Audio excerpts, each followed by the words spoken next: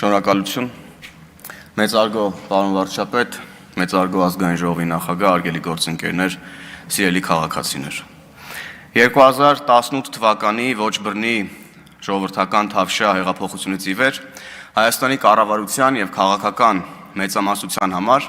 ցանկացած որոշման առանցքում եղել է եւ կա մեր ժողովրդի բարեկեցությունը, իրականացվող քաղաքականությունների կենտրոնում եղել է մարդը եւ քաղաքացիների բարեկեցության, անվտանգության ու ազատությունների պաշտպանության մեջ են թերևս ամփոփված մեր պետության ամրությունը, ժողովրդավարությունը, անկախությունը, պետականությունը։ Իհարկե կարող ենք քննարկել ամենատարբեր որոշումների արդյունավետությունը, դրանց ճակատագրական լինելը եւ այլն։ Վարչապետը թերևս խոսեց սխալների, մեղավորության կամ պատասխանատվության մասին, բայց այս համատեքստում, պարոն վարչապետ, ես ուզում եմ մեր հանրության առաջ նաեւ հստակ արձանագրում անել, որ սկսած ինձանից եւ վստահաբար ավարտված մեր քաղաքական թիմի յուրաքանչյուր անդամով, եթե մեղավոր ենք, ապա հավասարապես, եթե պատասխանատու ենք, ապա հավասարապես, եթե սխալ ենք, ապա հավասարապես։ Եվ նաեւ այն առաքելությունը կամ խաչը, որ մեր ժողովուրդը խորհրդարանական ընտրություններին պատվիրակել է ձեր գլխավորությամբ մեր քաղաքական թիմին, մենք պետք է հավասարապես առաջ տանենք։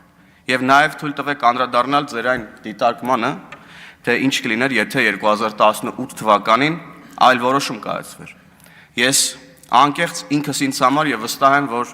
որևէ մեկն իր համար չունի հստակ պատասխան։ Եվ ես վախենամ, որ տասնամյակներ շարունակ ինձ ու իմ հայրենակիցներին դպրոցական դասագրքերից, պաշտոնական հայտարարություններից մինչև եղանակի տեսության ընթացքում ներկայացվող քարտեզը բոլորովին այլ իրականություն են մատուցել։ Ոչ մի թիզականության, հայրենիքի ու հայրենասիրության մեր հնարավորությունների մասին, ապա դժվար թե հնարավոր լիներ այլ որոշում կայացնել։ Մեր երազանքների, Հայաստանի ու Արցախի մասին մեր պատկերացումների ելակետերը ցավոք չեն եղել ճշմարտությունները։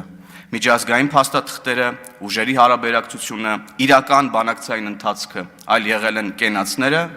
մի խումբ մարդկանց ձեռնտու, սուտն ու կեղծիքը։ Եվ չէր լինի եւ միգուցե ավելի վտանգավոր էր այլ որոշում կայացնելը նաեւ այն պատճառով,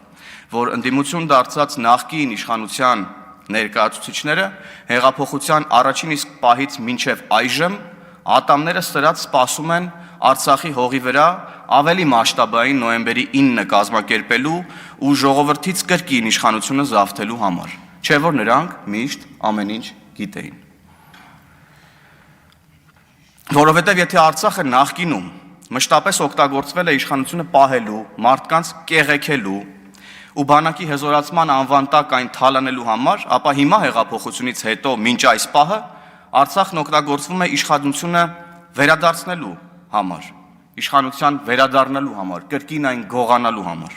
Կրթական, տնտեսական, սոցիալական ու մի շարք այլ ոլորտներում ծրագրեր գրեթե չէին իրականացվում, որովհետև պետք էր բանակը հզորացնել, որ հայրենիքը պաշտպանեինք։ Անգամ հեղափոխության օրերին էին ֆեյք տեսանյութեր տարածում սահմաններին կուտակումների մասին, որ մարդկանց վախերի միջոցով կանգնեցնեն քաղաքացիական ճշմարիտ քաղաքացիական անհնազանդությունը։ Ես 2018-ից հետո վերացվեց նաև այս նարատիվը։ Կառուցվում եւ բարեկարգվում են կրթական հարյուրավոր հաստատություններ,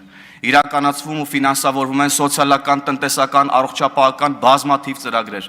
աննախադեպ միջոցներ են ուղղվում Արցախի մեր հայրենակիցների բարեկեցության համար, ավելի մեծ ծավալով է ֆինանսավորվում բանակը, ու այս ամենը պատկերացրեք սիրելի հայրենակիցներ, առանց միմյանց հակադրելու Արցախն ու Հայաստանի զարգացումը։ Այո, տասնամյակների խաբեության, փուչ կենացների, կեղծ հայրենասիրության հետևանքը ապրիլյան հետո 44-օրյա պատերազմն էր, որի արդյունքում մենք հազարավոր հայրենակիցներ ենք կորցրել։ Բայց մեր եղբայրներն ու քույրերը իրենց կյանքը չնվիրեցին միայն մեր ազատության համար, այլև նրանք իրենց կյանքի գնով բացահայտեցին ճշմարտություններ, որոնց հետ որքան ուշ առերեսվեինք, այնքան ավելի մեծ էր լինելու ողբերգությունը։ Ես խոնարհվում եմ մեր զոհերի ու նրանց հարազատների առաջ ու վստահ եմ, որ մենք մեր հայրենակիցների կյանքի գնով պահպանած ազատությունը պետք է ամրացնենք հիմնվելով նրանց կյանքի գնով բացահայտված ճշմարտությունների վրա, մենք այլևս իրավունք չունենք որպես պետություն եւ ժողովուրդ տրվել սին պատրանքներին։ Հիմա իշխանության ներկայացուցիչների բոլոր հրապարակային հայտարարություններում թերևս ամփոփված են այս պահին տեղի ունեցող բոլոր գործընթացները,